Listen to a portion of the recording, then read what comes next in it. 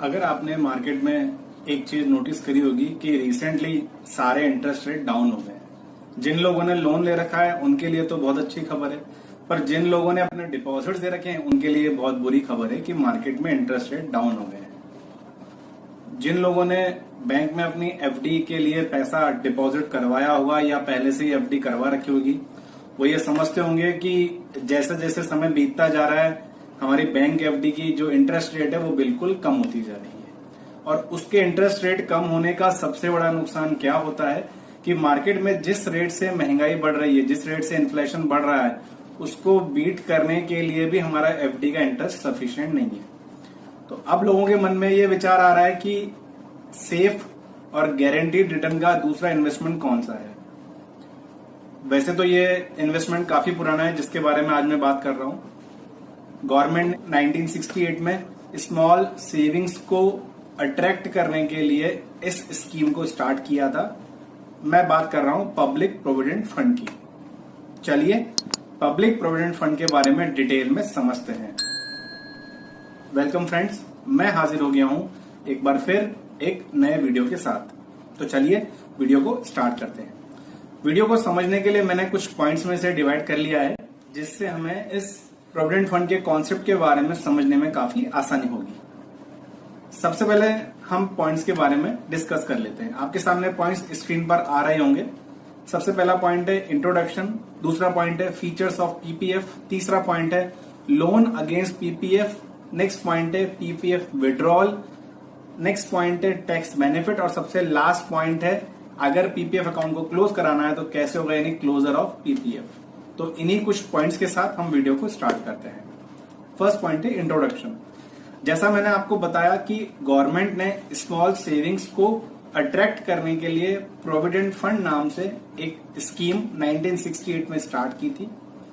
वैसे तो ये स्कीम का बेनिफिट ज्यादातर जो एम्प्लॉयज हैं, गवर्नमेंट एम्प्लॉयज या प्राइवेट एम्प्लॉयज जहां पर ये पीएफ के रूल्स एप्लीकेबल हैं, उन प्लेसेस पर इस स्कीम का ज्यादा बेनिफिट लिया जा सकता है। ऐसा मैं क्यों कह रहा हूं, क्योंकि अगर कोई पर्सन जॉब करता है तो उसकी सैलरी से भी एक सर्टेन अमाउंट डिडक्ट करके प्रोविडेंट फंड के अकाउंट में जमा कर दिया जाएगा।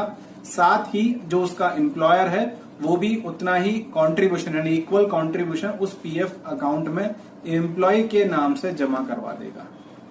तो इस तरह से उस एम्प्लॉय के अकाउंट में पर मंथ बेसिस पर डबल कंट्रीब्यूशन जमा होता है, एक खुद का और एक उसके एम्प्लॉयर का।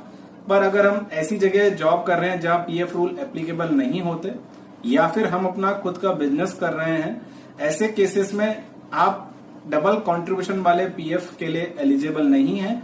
आपको खुद का अपना कंट्रीब्यूशन करने के लिए अकाउंट एक ओपन करवाना पड़ेगा। ये अकाउंट पोस्ट ऑफिस या बैंक किसी भी जगह खुलवाया जा सकता है। इस अकाउंट में सिर्फ आपका कंट्रीब्यूशन मंथली बेसिस पर या ईयरली बेसिस पर जाएगा एज पर कंडीशन, और उसके ऊपर जो भी इंटरेस्ट बनेगा वो एक्यूमुलेट होकर सर्टेन मेच्योरिटी के बाद आपको वापस मिल जाएगा। इस स्कीम के अट्रैक्ट होने का एक रीजन और है, क्योंकि यहाँ पर आपको मैक्सिमम टैक्स बेनिफिट मिलता है और साथ ही गवर्नमेंट की एक गारंटी मिलती है, जिस वजह से ये स्कीम काफी पॉपुलर है। आइए इससे कुछ फीचर्स के बारे में हम लोग बात कर लेते हैं। सबसे पहला फीचर है इसका एलिजिबल पर्सन। इस स्कीम में एनआरआई, एचयूएफ और जॉइंट होल्डर को छोड़कर सिंगल पर्सन अपना अकाउंट ओपन करवा सकता है। इवन यहाँ पे एक माइनर भी अपना अकाउंट ओपन करवा सकता है, बट माइनर होने की वजह से उसके जो गार्जियन हैं वही उसके अकाउंट का मेंटेनेंस करेंगे। दूसरा है इंटरेस्ट रेट। मैंने अभी एफडी की बात करी। एफडी में आपको 5, 5.5 या 6 इससे ज्यादा इंटरेस्ट रेट नहीं मिल सकता अगर आप एक नॉर्मली डिपॉजिट्स की बात करें तो। पर यहाँ पर कंट्रीब्यूशन कितना भी हो तब भी आपकी इंटरेस्ट रेट एफडी से हमेशा ज्यादा ही रहेगी। मैं लगभग 20 से 30 साल की अगर पुरानी हिस्ट्री की बात करूं तब भी एफडी से ज्यादा ही इसका इंटरेस्ट रेट रहा है। रिसेंटली इसका इंटरेस्ट धीरे धीरे एफडी की तरह डाउन होता जा रहा है, पर डाउन होने के बाद भी ये आज भी एफडी से ज्यादा ही है। रिसेंट इंटरेस्ट रेट की अगर हम बात करें तो यहाँ इंटरेस्ट चल रहा है 7.10। ये इंटरेस्ट ईयरली बेसिस पर फाइनेंस बजट के टाइम पे डिसाइड होता है और क्वार्टरली बेसिस पर इस इंटरेस्ट का रिव्यू किया जाता है। इस इंटरेस्ट की जितनी भी इनकम है वो अगेन टैक्स फ्री है इस फंड के अंदर। थर्ड पॉइंट की अब हम बात करते हैं टेन्योर। इस प्रोविडेंट फंड में कंट्रीब्यूशन करने के बाद एक लॉक इन पीरियड है, वो है 15 साल। कुछ स्पेशल कंडीशंस को छोड़कर 15 साल से पहले आप पैसे का विड्रॉ नहीं कर सकते और 15 साल के बाद आपको ये सारा पैसा एनकैश आप करवा सकते हैं। और अगर आप चाहें तो 15 साल के बाद 5-5 साल के ब्लॉक में इस प्रोविडेंट फंड को कंटिन्यू रख सकते हैं। नेक्स्ट पॉइंट है इन्वेस्टमेंट लिमिट। इन्वेस्टमेंट लिमिट या कहें डिपॉजिट कंडीशन। यहाँ पर आप मिनिमम 500 रुपए पूरे साल में कितनी भी बार जमा करा सकते हैं। पहले तक ये कंडीशन सिर्फ थी 12 times in a year, but latest finance budget में इसे कंडीशन को रिमूव कर दिया और अब अनलिमिटेड टाइम आप कितनी भी बार मिनिमम 500 रुपए और मैक्सिमम 1.5 लाख रुपए एक साल के हिसाब से जमा करा सकते हैं। बट एक कंडीशन ध्यान रखनी, अगर हमने किसी साल मिनिमम 500 रुपए जमा नहीं कराए तो पर ईयर फेलियर के हिसाब से यहाँ पर 50 रुपीज की पेनल्टी लगेगी और वो पेनल्टी के बाद ही आप ईयरली कंट्रीब्यूशन कर पाएंगे। इसके बाद हम बात करते हैं मोड ऑफ डिपॉजिट की। जैसे बाकी सभी स्कीम में कैश, चेक या ऑनलाइन ट्रांसफर के थ्रू आप अपना पैसा जमा करा सकते हैं यानी कंट्रीब्यूशन दे सकते हैं, उसी तरह पीपीएफ में भी कैश, चेक और ऑनलाइन ट्रांसफर के थ्रू आप कंट्रीब्यूट कर सकते हैं। इसके बाद हम बात करते हैं रिस्क फैक्टर की। रिस्क फैक्टर यहाँ पर बिल्कुल 0 के बराबर है क्योंकि गवर्नमेंट का बैक सपोर्ट होने की वजह से बैक ऑन में गवर्नमेंट की गारंटी है और गवर्नमेंट की गारंटी मतलब गवर्नमेंट के फेलियर होने के चांसेस बहुत कम होते हैं। इसलिए बाकी सारे इन्वेस्टमेंट के कंपैरिजन में एफडी की तरह बिल्कुल सेफ इन्वेस्टमेंट है ये। अब हम बात करते हैं अगर आप पीपीएफ पे लोन लेना चाहें तो उसकी क्या कंडीशन रहेगी, means loan against PPF. PPF का जितना भी एक्यूमुलेटेड बैलेंस होगा उसका 25% से ज्यादा का आप लोन नहीं ले सकते।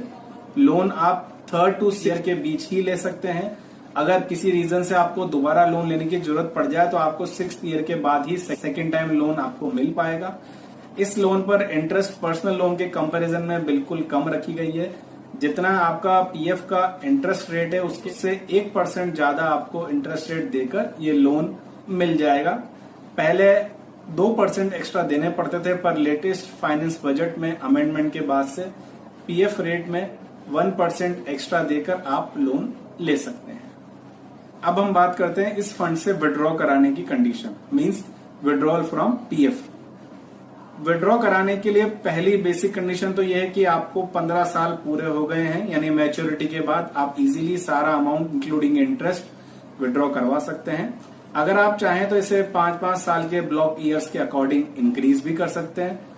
और अगर आप चाहें 15 साल से पहले विड्रॉ कराना तो उसके लिए कुछ स्क्रीन पर आप कुछ कंडीशंस देख पा रहे होंगे, जैसे आपको एजुकेशन के लिए या किसी इलनेस के लिए, ऐसे किसी रीजन के लिए अगर आपको अमाउंट विड्रॉ करना है तो आप प्रिस्क्राइब डॉक्यूमेंट प्रेजेंट करके और एक फॉर्म भरकर पार्शियल विड्रॉल और फुल विड्रॉल इसमें से कर सकते हैं। रिसेंटली एक अमेंडमेंट आने के बाद से अगर कोई रेसिडेंट पर्सन हो जो अपने रेसिडेंट के चेंज होने की वजह से इसमें कंट्रीब्यूट नहीं कर सकता तो वो चाहे तो अपने रेसिडेंसी के डॉक्यूमेंट प्रेजेंट करके इस अकाउंट को बिफोर 15 इयर्स विड्रॉ कर सकता है। अब हम बात करते हैं टैक्स बेनिफिट की। ये सबसे इंपॉर्टेंट फीचर है इसका। क्यों? क्योंकि इतना टैक्स बेनिफिट वाला फंड शायद ही कोई होगा। वैसे मैंने आपको बताया कि आपको 7.1 इंटरेस्ट रेट हो सकता है कम लगती हो क्योंकि मार्केट में और भी ऐसे रिस्क वाले इन्वेस्टमेंट है जहां पर इससे ज्यादा बेनिफिट आपको मिल सकता है। बट एक चीज हमें समझनी चाहिए कि ये विदाउट टैक्स इंटरेस्ट रेट है, यहाँ पर कोई टैक्स आपको देना नहीं पड़ता। इस पूरे प्रोविडेंट फंड पर 3 तरह के एग्जेम्पशन एप्लीकेबल है, इसलिए इसे EEE इन्वेस्टमेंट कहा जाता है।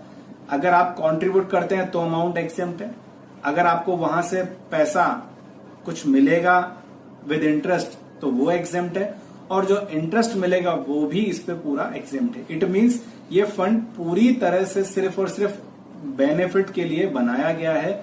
यहाँ पर गवर्नमेंट का पर्पस टैक्स वसूल करना नहीं है, यहाँ पर गवर्नमेंट का पर्पस एक आम आदमी को रिटायरमेंट के बाद फाइनेंशियल सिक्योरिटी प्रोवाइड करना है। इसलिए ये वाला फंड गवर्नमेंट ने स्टार्ट किया था और आज ये काफी पॉपुलर हो चुका है because of its safest investment. अब हम बात करते हैं इस पीपीएफ फंड को बंद कराने की और क्लोज कराने की। इसके लिए प्रेस्क्राइब्ड फॉर्म भर के हम लोग जैसे बाकी इन्वेस्टमेंट को क्लोज करवा सकते हैं, इसको भी करवा सकते हैं, बट यहाँ एक कंडीशन ये है कि कम से कम 15 साल आपको इसको चालू रखना पड़ेगा और मिनिमम 500 रुपए का ईयरली बेसिस पर आपको इसमें कंट्रीब्यूट भी करना पड़ेगा। कुछ प्री मैच्योर की कंडीशन है, जैसा मैंने आपको प्रीवियस पॉइंट्स में बताया कि कुछ स्पेशल कंडीशन में आप यहाँ पर पार्शियल विड्रॉल कर सकते हैं। फिर भी 5 साल कंप्लीट होने के बाद आप 50% तक ही इसमें से विड्रॉ कर सकते हैं। कुछ स्पेशल केसेस में ये आपको परमिसेबल है। तो इस तरह पीपीएफ के बारे में सारे डिटेल पॉइंट्स हमने डिस्कस कर लिए हैं। आई होप इस वीडियो को देखने के बाद पीपीएफ के बारे में आपका कोई डाउट नहीं बचेगा। फिर भी अगर आपको कोई डाउट लगता है तो आप मुझे कमेंट करके जरूर बताएं, मैं उसका रिप्लाई करने की कोशिश जरूर करूंगा। मिलता हूं आपसे अगली बार एक नए वीडियो में। नमस्कार।